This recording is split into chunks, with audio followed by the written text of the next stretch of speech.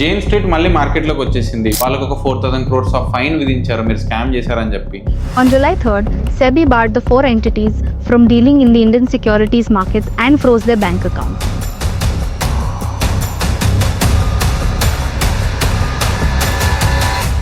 Stock market and investments related knowledge కోసం marketing ఛానల్కి subscribe చేసుకోండి అండ్ బెల్ ఐకాన్ని క్లిక్ చేయండి. Let's start the video. Jain street last financial ఇయర్లో ఒక 40,000 crores ఆఫ్ మనీ డెరివేటివ్ సెగ్మెంట్లో సింగిల్గా ఎర్న్ చేసింది.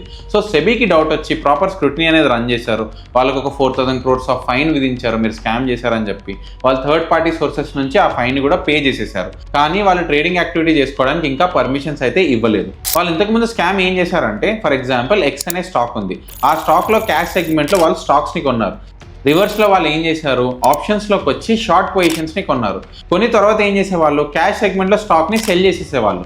అక్కడ వాళ్ళు తక్కువలో సెల్ చేసేసి లాస్ అయినా కానీ షార్ట్ పొజిషన్స్లో వాళ్ళకి ఇమెన్స్ ప్రాఫిట్ అనేది ఉండేది. సో ఇప్పుడు వాళ్ళు ఫైన్ కట్టినా సెబీ ఎలాంటి రిస్ట్రిక్షన్స్ పెట్టింది అంటే, మీరు ఇప్పుడు ఏదైతే 4,000 crores ఫైన్ కట్టారో పర్లేదు, కానీ అయినా మీకు ట్రేడింగ్కి మేము అలౌ చేయము. మీరు అదర్ యాక్టివిటీస్ ఏమైనా ఉంటే మీరు చేసుకోవచ్చు మార్కెట్లో, కానీ మీరు ఇప్పుడు క్యాష్ సెగ్మెంట్లో కొనడానికి అర్హులు కాదు. అట్ ద సేమ్ టైం ఆప్షన్స్లో ట్రేడ్ చేయడానికి కూడా అర్హులు కాదు. సో అయితే వాళ్ళ ట్రేడింగ్ యాక్టివిటీ కానీ క్యాష్ సెగ్మెంట్ యాక్టివిటీ కానీ ఎప్పుడు స్టార్ట్ అవుతుంది అంటే, సెబీ లాస్ట్ ఇయర్ మీరు చేసిన ప్రతి ట్రేడ్కి మీరు ఒక ప్రాపర్ లాజిక్ కానీ స్ట్రాటజీని మాకు ప్రూవ్ చేయగలిగితే అప్పుడే మీకు మేము పర్మిషన్ ఇస్తామని చెప్పి కొన్ని రెస్ట్రిక్షన్స్ పెట్టింది. సో రీటైలర్స్ అందరికీ ఇచ్చే మెసేజ్ ఏంటి అంటే, మీరు భయపడిపోయి మీ ట్రేడింగ్ యాక్టివిటీని కానీ వాటిని కంప్లీట్గా బంద్ చేయాల్సిన అవసరం లేదు. బిగినర్స్ కానీ ఇంటర్మీడియట్ ట్రేడర్స్ ఎవరైతే ఉంటారో, సో ఈ మ్యానిపులేషన్స్ కానీ ఇవి అర్థం కాని వాళ్ళు మార్కెట్ని స్ట్రిక్ట్గా అవాయిడ్ చేయండి. కానీ ఎక్స్పీరియన్స్డ్ ట్రేడర్స్ మాత్రం మీరు క్యారీ చేయొచ్చు. ఈ మ్యానిపులేషన్స్ అన్నిటికీ ఒక ప్రాపర్ సాలిడ్ వాల్ అనేది సెబీ కడుతుంది. న్యూ రెగ్యులేషన్స్తో సెబీ రాబోతుంది ఇన్స్టిట్యూషన్స్ పైన, అది కూడా చాలా స్ట్రిక్ట్గా.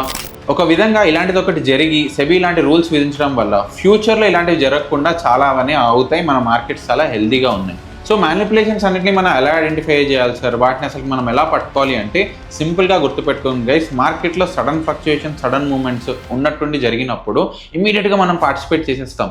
అలాంటప్పుడు ఒక 3 steps బ్యాక్ ఆగి అసలు ఏం జరుగుతుంది మార్కెట్లో, బ్రేక్అవుట్ అయిందా లేదా, దానికి ప్రాపర్ వాల్యూమ్ వచ్చిందా లేదా, మీరు ఫండమెంటల్గా కొన్ని ఫ్యాక్టర్స్ని కన్సిడర్ చేసి క్లియర్ అబ్జర్వేషన్తో ఈజీగా పట్టుకోవచ్చు. ఎప్పుడైతే మీరు ఫోమోలో రష్తో ట్రేడ్ చేస్తారో మ్యానిపులేషన్స్లో ఎక్కువ ఇరుక్కునేది వాళ్ళే. మీ ఎమోషన్స్ వల్ల మీరు చాలా అంటే చాలా లాస్ అవుతారు. ఇన్స్టిట్యూషన్స్ వాటిని అడ్వాంటేజ్ తీసుకుంటాయి. As of now last 4 to 5 years retailers participation చాలా ఎక్కువ అయిపోయింది. దీనివల్ల ఇన్స్టిట్యూషన్స్ కూడా ఇప్పుడు జైన్ స్ట్రీట్ లాగా మ్యానిపులేషన్ చేసే అవకాశాలు చాలా ఉన్నాయి.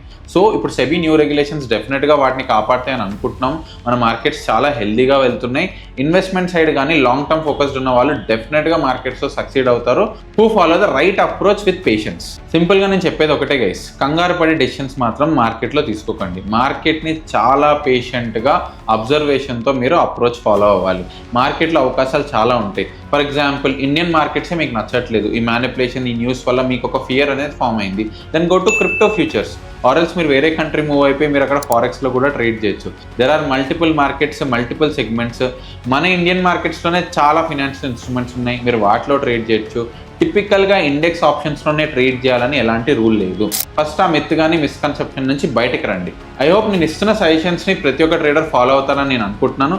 ఇన్ఫర్మేషన్ని బాధ్యతారహితంగా ప్రాపర్గా మీ ముందుకు నేను తీసుకొస్తున్నాను. నచ్చితే ఫాలో అవ్వండి, లేదంటే లీవ్ ఇట్. ఇలాంటి stock market and interesting videos మీ ముందుకు తీసుకొస్తూనే ఉంటాను. మార్కెటింగ్ ఛానల్కి సబ్స్క్రైబ్ చేసుకున్న వాళ్ళు సబ్స్క్రైబ్ చేసుకోండి, బెల్ ఐకాన్ని క్లిక్ చేయండి. See the next video.